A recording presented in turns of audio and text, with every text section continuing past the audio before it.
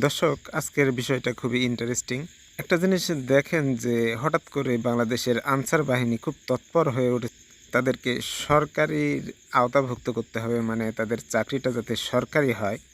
যেমন তাদের 6 মাস ছুটি থাকে আর 6 মাস তারা কাজ করে। এটাও তারা সরকারি না, মানে সরকারি ব্যাটালিয়ানরা, পুলিশ, বিজিবিরা যেভাবে কাজ করে এরা কিন্তু সেই ধরনের কোনো সদস্য না। তারা, যেমন আমরা বলি বাংলাদেশের গ্রাম্য পুলিশ, যে সময় প্রয়োজন হয় সে সময় তাদেরকে ডাকা হয়, আর যে সময় প্রয়োজন হয় না তারা অন্য কাজ করে। এখন কথা হচ্ছে যে এরা কারা? দীর্ঘ সময় আওয়ামী লীগ সরকার ক্ষমতায় থাকলেও এদের কোনোদিন আন্দোলন বা কোনো কিছু করতে দেখা যায়নি। কিন্তু ডক্টর ইউনূস শপথ নেওয়ার ৩ থেকে ৪ দিন পর থেকে এরা খুবই সক্রিয় হয়ে উঠেছে। তাদের চাকরির জাতীয়করণ করতে হবে। এখন চলেন দেখি যে এরা কারা। স্বরাষ্ট্র মন্ত্রণালয়ের বরাতে জানা যায় যে গত ১৫ বছর আওয়ামী লীগ সরকারের শাসনে কমপক্ষে প্রায় ৪২,০০০ অঙ্গীভূত আনসার নিয়োগ পায়। এরা বেশিরভাগই গোপালগঞ্জের অধিবাসী এবং তার আশপাশের জেলার। আর এরা আওয়ামী লীগের সাথে ওতপ্রোতভাবে জড়িত। এক কথায় এরা হচ্ছে আওয়ামী লীগের ক্যাডার। দর্শক, একটা জিনিস যদি মনে করে দেখেন যে আওয়ামী লীগ যে সময় নির্বাচন করত সেই সময় এরা খুব বড় ধরনের ভূমিকা পালন করত। তারা নির্বাচনের যে সমস্ত কার্যালয়গুলো থাকে সেখানে আওয়ামী লীগ সরকার, ছাত্রলীগ, আরও যে সমস্ত সংগঠন তারা এই দেশে স্থায়ীভাবে টিকে থাকার জন্য বানিয়েছিল, তাদের মধ্যে এরাও আছে। যদিও বা কিছুটা সরকারি লেভেল এদের গায়ে লাগিয়ে দেওয়া হয়েছে।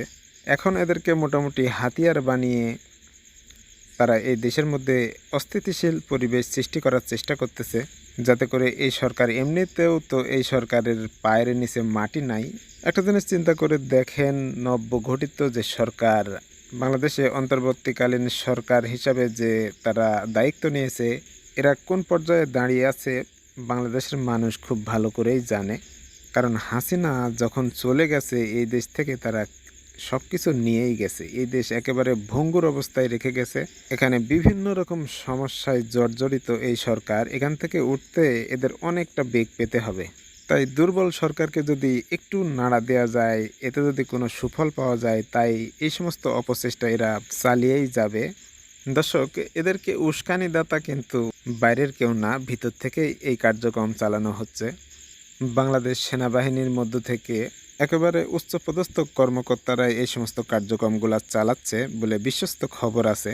তো এই সমস্ত সমস্যা, এই সমস্ত লোকগুলা বের করতে সময় লাগবে। তবে যেহেতু এখন সরকার বাংলাদেশ জনগণের নিয়ন্ত্রণে আছে, তাই এদেরকে বের করাও খুব একটা কঠিন হবে না। একটু সময় অপেক্ষা করেন, সব কিছুই জানতে পারবেন। তবে আরেকটা বিষয় বলে রাখি, এদের পরবর্তী টার্গেট হচ্ছে পল্লী বিদ্যুৎ। পল্লী বিদ্যুতের যে কর্মচারীগুলো আছে তাদেরকে টার্গেট করা হচ্ছে।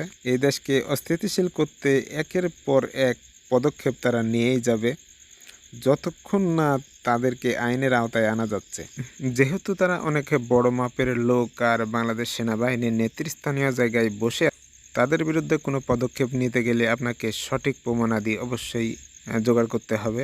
তাছাড়া কোনোভাবেই তাদের উপর দায়ভার দোষ চাপানো যাচ্ছে না। তবে এই বিষয় নিয়েও কাজ চলতেছে। অচিরেই এই সমস্ত আন্দোলনের ঘটনার উদ্ঘাটন পাবেন।